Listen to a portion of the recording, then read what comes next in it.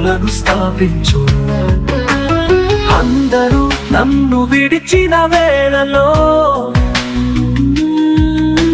హట్టుగా నిలిచిన దేవుడే యేసు. నిరాశతో నేలనంటిన ఆశగా వెలిగి దేవుడే యేసు.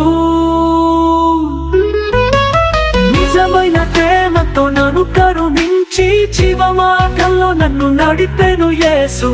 నాలో ఉన్న నమ్మకాన్ని నిదానంగా పెంచేడు నజరేయుడైన యేసు. సర్వకృప దేవుడైన వాడు తన అంగీకారమైన నిత్య మహిమకు క్రీస్తు యేసు నందు మిమ్మును పిలిచెను.